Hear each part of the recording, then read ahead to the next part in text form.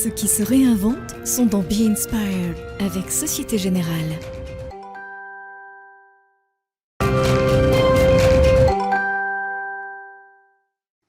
Bonjour à toutes et à tous. Bienvenue dans l'émission Be Inspired. C'est la rencontre avec des personnes ordinaires qui font des choses extraordinaires. Des personnes qui, à leur façon, ont décidé de changer le monde et qui nous inspirent. Ma première invitée est Nicola Barr, une femme qui a marqué de son empreinte le football moderne.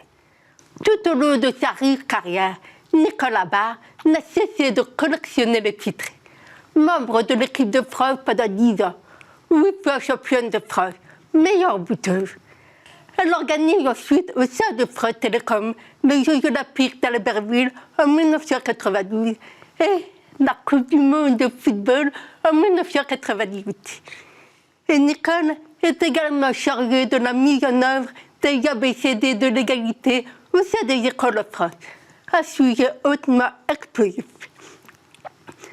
Ma deuxième invitée est Caroline Mugneux, une jeune femme ultra pétillante, aussi bavarde que moi et très solaire. Elle est cofondatrice de Refer et de Richmaker, mais aussi créatrice du podcast Marketing Square, une référence incontournable dans le growth marketing. Je suis très heureuse de vous la présenter parce que c'est une femme qui, comme moi, pense que le bonheur au travail, c'est tout à fait possible.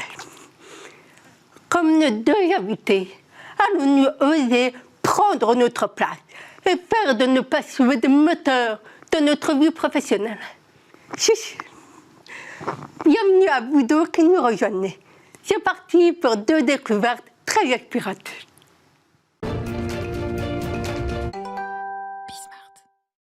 J'ai le grand plaisir d'accueillir Nicola Barr, une femme pleine de peps. Nicola a eu plusieurs vies professionnelles. Championne de France de football à 8 reprises. Une carrière à la poste chez France Télécom. Des missions complexes confiées par des ministères prestigieux. Son seul fil conducteur, sa passion pour le sport et sa conviction qu'il faut rêver grand. Nicole, tu aimes à dire que le football t'a fait comprendre que tu avais de la valeur. Qu'est-ce que ça veut dire ? Eh bien, dans une situation où j'étais une petite fille très renfermée, très isolée, qui se mettait plutôt dans les coins pour se faire oublier, on m'a tendu la main un jour. Un entraîneur m'a demandé de rentrer sur le terrain parce qu'il avait besoin de faire jouer des garçons. Après des résistances quand même sur la compétence et sur le fait que j'étais une fille, parce qu'à l'époque, ce n'était pas autorisé, eh bien, j'ai franchi la ligne. J'ai osé rentrer sur ce terrain où j'étais une joueuse alibi. Et la magie a opéré, j'étais brillante, j'étais désirée, j'étais efficace. Et là, j'ai pris conscience que ce n'est pas le regard des autres qui doit dire quelle est ma valeur et qui je suis, c'est ce que je produis et c'est ce que je ressens quand je produis des choses qui peuvent être extraordinaires. Et pourtant, tu as attaqué un club de football pour discrimination sexiste. Tu as gagné et cet arrêt-là a fait jurisprudence en France et en Europe. Comment tu peux expliquer en fait ce paradoxe ? Ça, c'est ma première question. Et ma deuxième question qui découle de la première, c'est que la colère est un moteur pour faire changer les choses.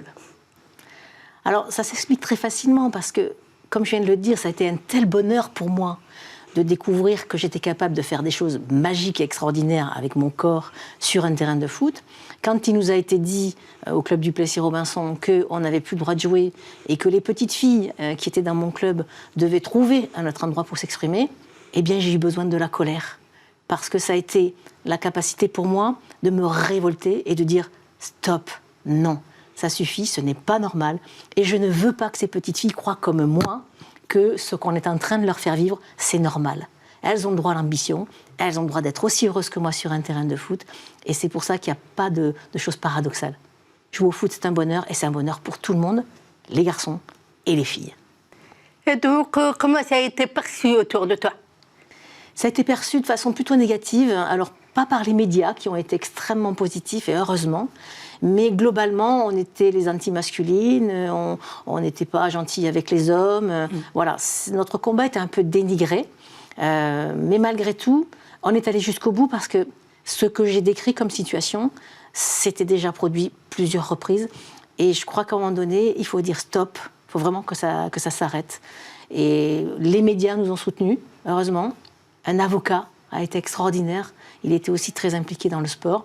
Et il nous a soutenus et il nous a accompagnés jusqu'au bout, jusqu'à la victoire, parce que ça a été long. Hein. On a mis 5 ans pour gagner. Et alors, comment expliques-tu que la société prenne toujours les femmes et qu'aujourd'hui, en 2023, on n'est toujours pas réglé le problème du sexisme?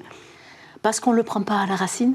C'est-à-dire, il faudrait prendre le problème du sexisme dès la première respiration du bébé, dès qu'il arrive sur notre terre, en faisant en sorte de nous remettre en question, nous les adultes, sur nos propres représentations, parce que de manière implicite ou explicite, ce que nous avons nous-mêmes vécu et intériorisé, on le transmet. Et donc on transmet aux petites filles la limite, la sagesse, les coins, et on transmet aux petits garçons l'espace, la vélocité, la capacité à aller conquérir plein de choses, la capacité à se mettre en danger, à prendre des risques et à se challenger. Et c'est ça que nous transmettons. Si on ne va pas à cette racine, je crois que dans un millénaire, on y sera encore en train de se poser cette question, pourquoi il y a encore du sexisme et pourquoi notre société se prive de tant de talents. Donc ça veut dire que, si je lis au travers tes propos, que c'est nous qui handicapons les filles. Mais alors, comment faire justement pour les libérer? On handicape effectivement par notre reproduction, notre transmission de notre propre éducation qui elle-même est stéréotypée depuis des générations. On handicape les filles, mais on handicape aussi les garçons.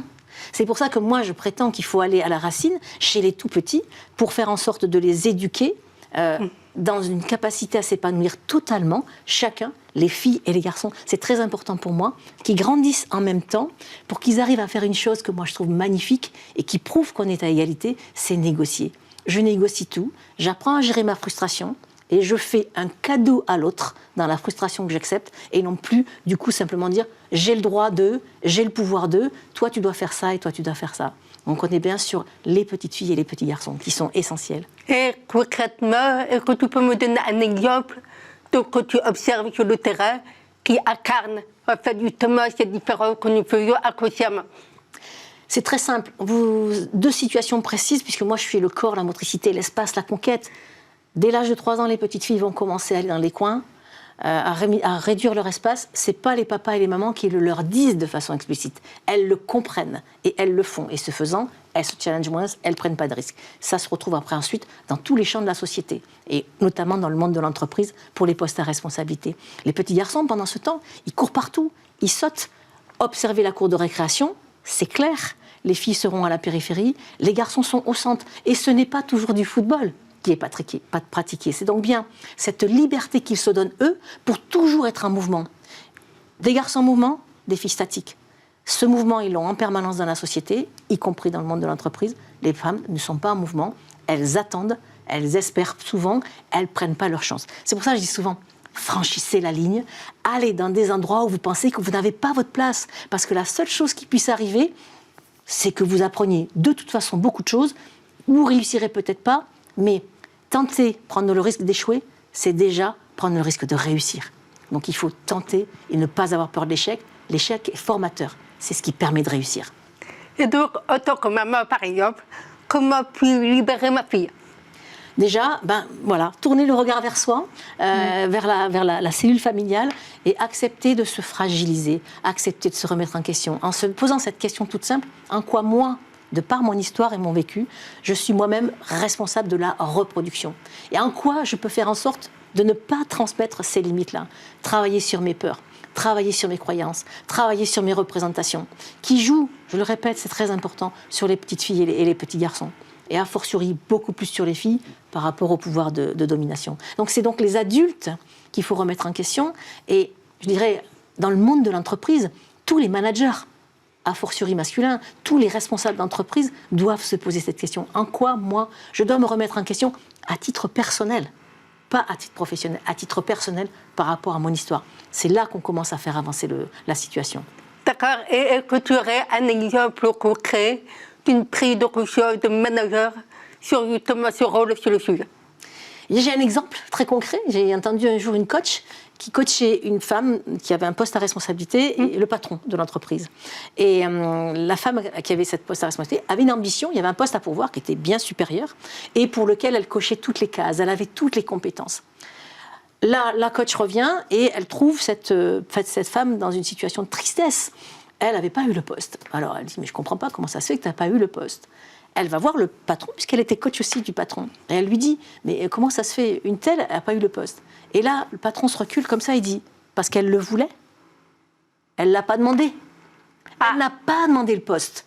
Tellement elle était compétente, tellement elle était sûre que d'en haut, ça allait venir, qu'on allait venir la chercher, elle n'a pas demandé le poste. Il y a un homme dans l'entreprise qui, lui, a fait le job.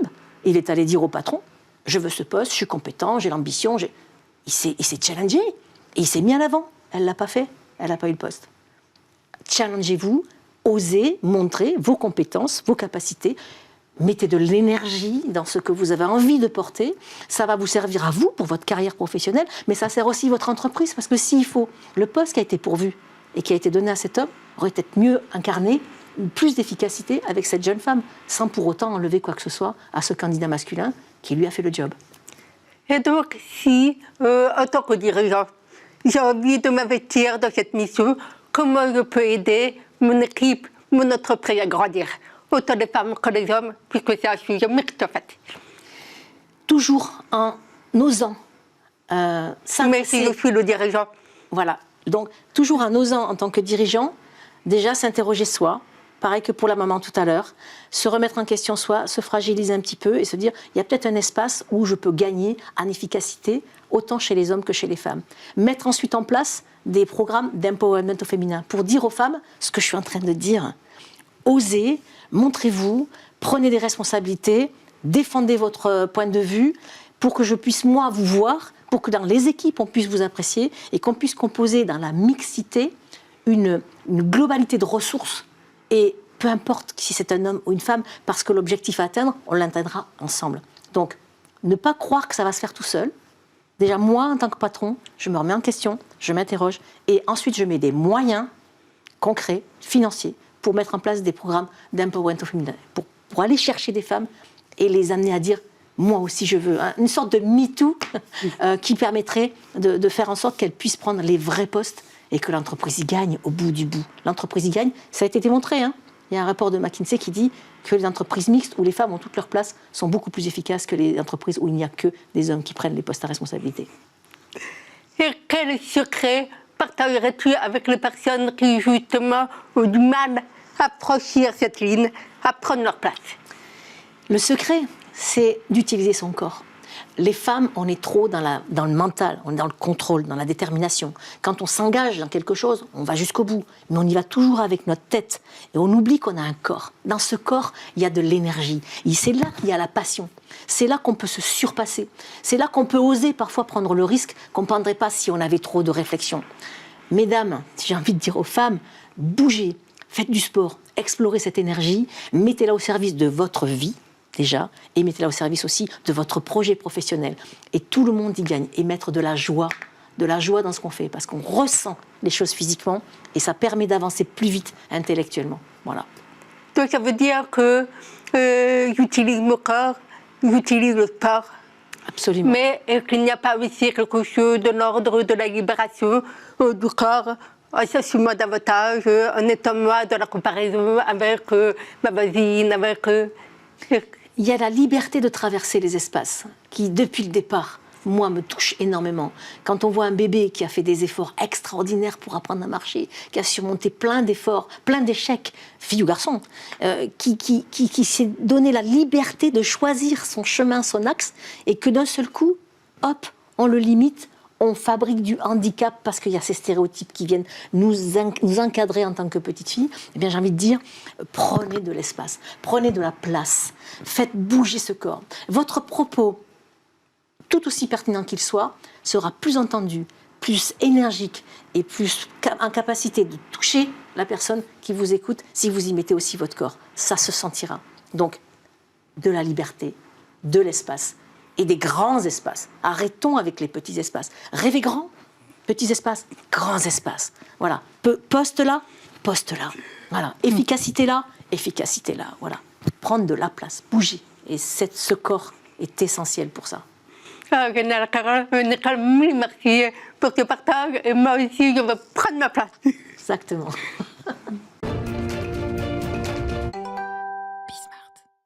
Et maintenant, je suis très heureuse d'accueillir Caroline Migneux, une jeune femme absolument incontournable dans le monde des affaires et sur les réseaux sociaux, qui aujourd'hui ne connaît pas Marketing Square, le podcast numéro 1 du growth marketing.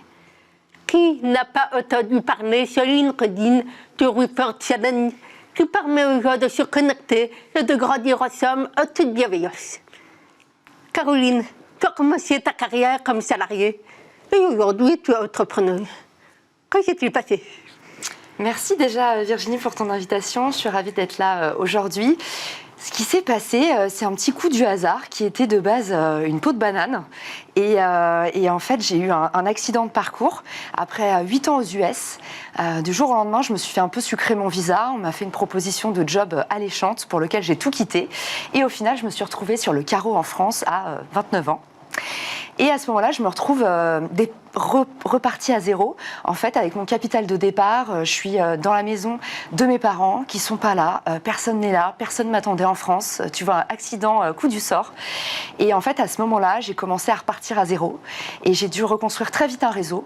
Et pour ça, j'ai utilisé LinkedIn.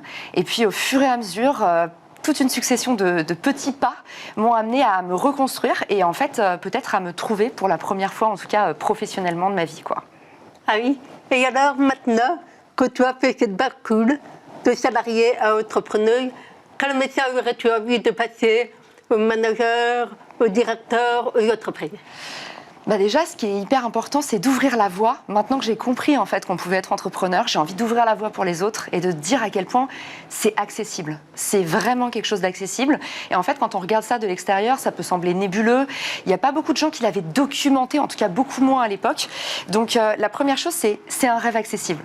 Donc ça ne doit pas rester un rêve très longtemps et on peut déjà commencer à marcher dans cette direction. Donc le plus tôt on s'y met en fait, le plus tôt on commence à vivre ses rêves et à construire dans cette direction, plus on prend de l'avance pour le futur et on se crée un peu la vie sur mesure dont on rêve.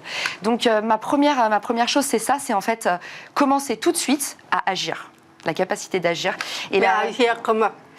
Justement en fait à entreprendre, ok? On peut entreprendre dans plein de domaines de sa vie. C'est pas juste l'entrepreneuriat. Okay. C'est aujourd'hui, il y a forcément quelque chose qui vous fait rêver dans votre vie. Il y a forcément quelque chose où vous vous dites, ah bah tiens, tu vois, moi, beaucoup autour de moi, on me dit, ah bah j'aimerais bien lancer un podcast. Ok, qu'est-ce qui t'en empêche?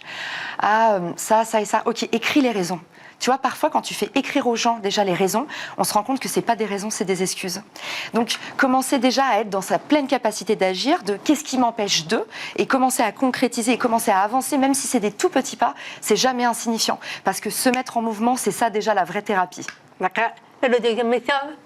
Le deuxième message, je pense, c'est un peu lié aux excuses dont je te parlais. C'est pour ça que j'aime beaucoup faire écrire les gens. Quand on me dit, en fait, je peux pas faire ça parce que, ok, écris-le. Parce que souvent, quand on l'écrit, la mauvaise foi arrive et on se dit, en fait, c'est une fausse excuse.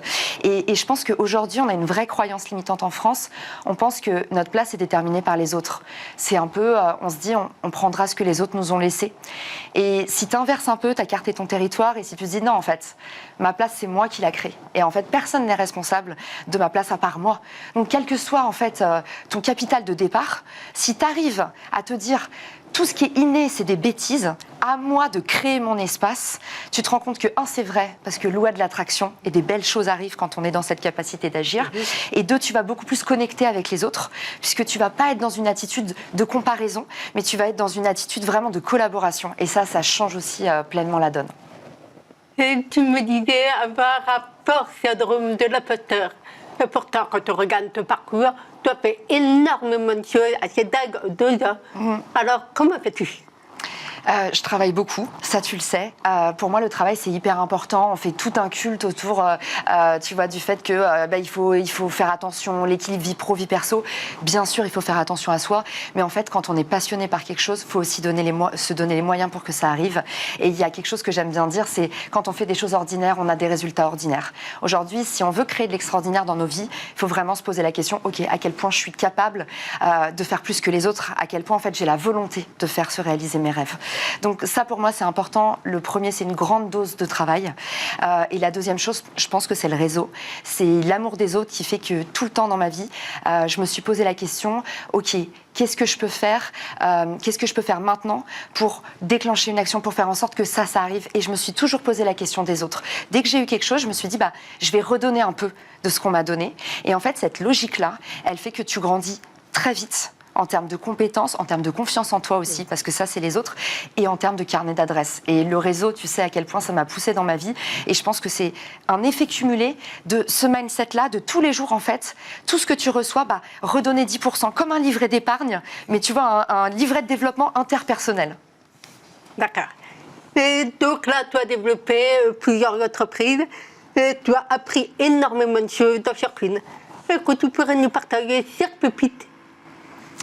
La première chose, je pense, pour tous les entrepreneurs qui nous écoutent, et encore une fois, on peut entreprendre dans 1000 domaines différents, et pour moi, les indépendants sont des entrepreneurs de leur propre carrière. Je pense que la première chose, c'est documenter ce qu'on vit. Et tu le sais, tu es aussi dans ce monde des réseaux sociaux, où en fait, maintenant, on n'a déjà plus l'excuse de dire « je ne suis pas visible ». Si tu veux de la visibilité, commence à partager. Toi, commence en fait cette démarche de vulnérabilité, de si je veux qu'on me regarde, si je veux qu'on me comprenne, il faut que j'explique, il faut que je partage vraiment ce qui se passe à l'intérieur de moi. Donc cette démarche de vulnérabilité, d'humilité aussi parfois, de ne pas vouloir juste rouler des mécaniques ou juste partager voilà ce que fait mon entreprise, ça n'intéresse personne. S'ouvrir vraiment aux autres. Voilà, aujourd'hui ce que je ressens c'est ça. Documenter son parcours, pour moi, c'est une superbe façon de prendre le pouvoir et en fait de construire en public, et ça te permet en fait de créer une marque personnelle et ça, quel que soit le domaine d'activité que tu as dans ta vie, quel que soit ton stade de maturité, quel que soit ton syndrome de l'imposteur, tu vas voir que le pouvoir de la communauté, c'est ce qu'on appelle l'effet boule de neige. Il se construit comme un effet cumulé au fur et à mesure. Et du coup, si tu grandis avec cette communauté, tu deviendras invulnérable. Et quel que soit le parcours que tu as dans ta vie, si demain on décide toutes les deux de lancer une marque de maillot de bain, tout le monde va nous suivre. Si demain on décide de partir à l'autre bout du monde et de faire un commerce d'huile d'olive, tout le monde va nous suivre. Parce qu'en fait, si tu construis autour de ton capital humain et pas seulement derrière le bouclier de l'entreprise parce qu'on ne veut pas qu'on nous voit, on ne veut pas être visible, tu verras que ça va marcher et ça se transfère. Donc c'est un actif qu'on a toute sa vie. Et pourquoi c'est la vulnérabilité qui crée ce pouvoir? Parce que je pense qu'il faut commencer par donner. Et ça, c'est aussi une règle essentielle du networking.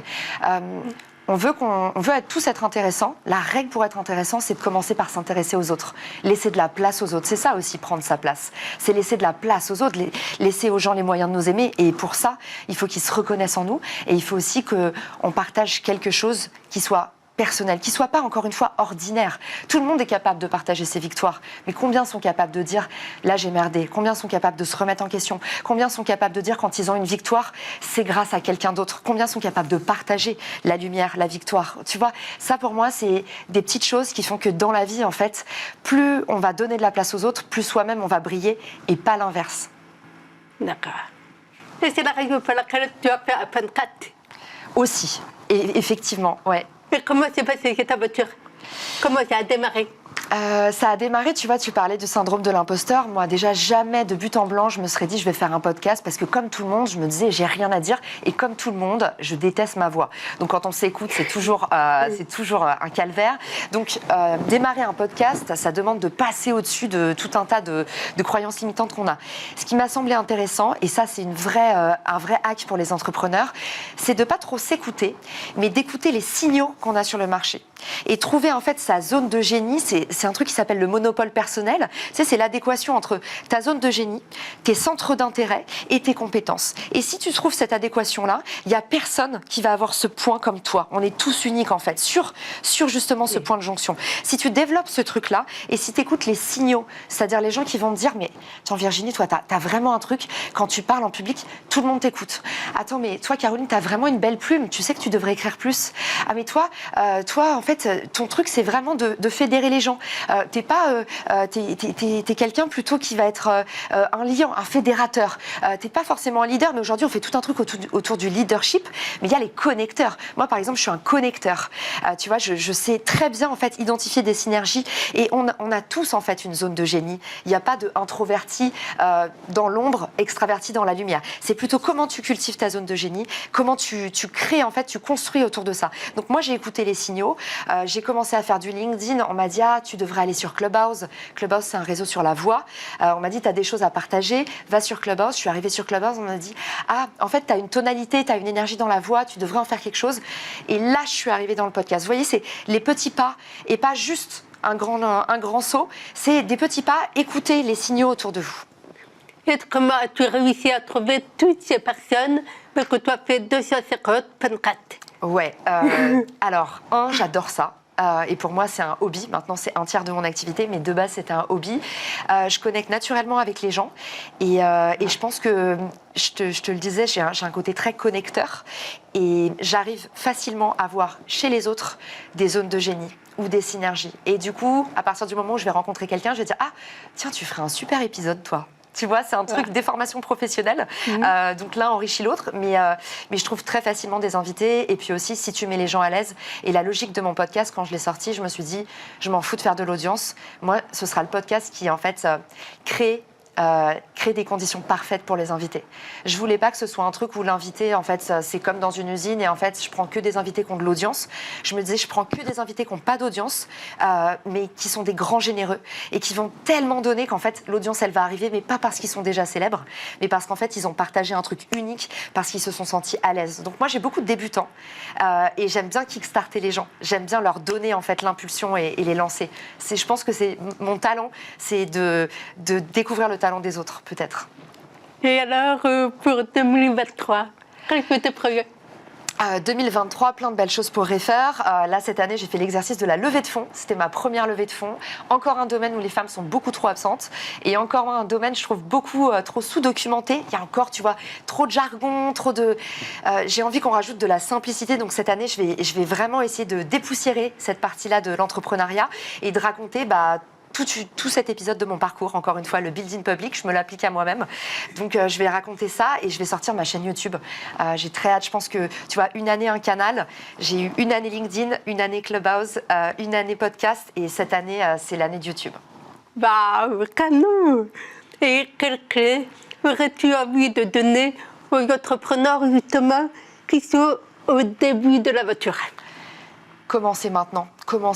Commencez par être imparfait. Plus tôt vous vous lancez, plus vous allez progresser. Et il n'y a que la pratique qui vous rendra parfait. Il n'y a pas d'histoire de talent, il n'y a pas d'histoire de prédisposition, il n'y a pas d'histoire de patrimoine. C'est à vous de prendre votre place. Et aujourd'hui, on n'a plus d'excuses. On a tous les moyens de le faire. Et si vous n'avez pas les moyens, venez me voir et je vous renseignerai avec plaisir. Et d'ailleurs, par rapport à Refer, en quoi ça peut les aider? En quoi ça peut les aider? Eh ben, Refer, son parti pris, c'est de dire aujourd'hui, pour être visible, on n'utilise pas un de nos actifs les plus principaux, qui est le réseau. Le réseau, on le construit depuis notre naissance. On a été à l'école, on a eu des professeurs, après on a eu des collègues, on a de la famille. En fait, il y a plein de gens autour de nous qui peuvent nous faire la courte échelle et il y a plein de gens qui peuvent déclencher, tu sais, ce qu'on appelle la sérendipité. Les petits hasards de la vie qui sont nos plus grandes opportunités. Et nous, notre postulat, c'est de dire les rencontres accélèrent le progrès. Eh ben, Refer va accélérer les rencontres et te donner l'occasion de rencontrer en fait les bonnes personnes grâce à ton réseau. Tu vois, LinkedIn, c'est un connecteur, ça te permet d'avoir un réseau. Et ben, Refer, c'est un super connecteur. Ça te permet, grâce à LinkedIn, de comprendre où sont les opportunités dans ton réseau. Bah oui, Caroline, tu nous donnes vraiment très, très envie d'entreprendre, de prendre notre place, de rêver grand. Donc, pour ça, merci. Merci à toi. Et d'ailleurs, c'est la fin de cette émission. J'espère que vous avez passé un très joli moment. Et à très vite pour la suite. Ceux qui se réinventent sont dans Be Inspired avec Société Générale.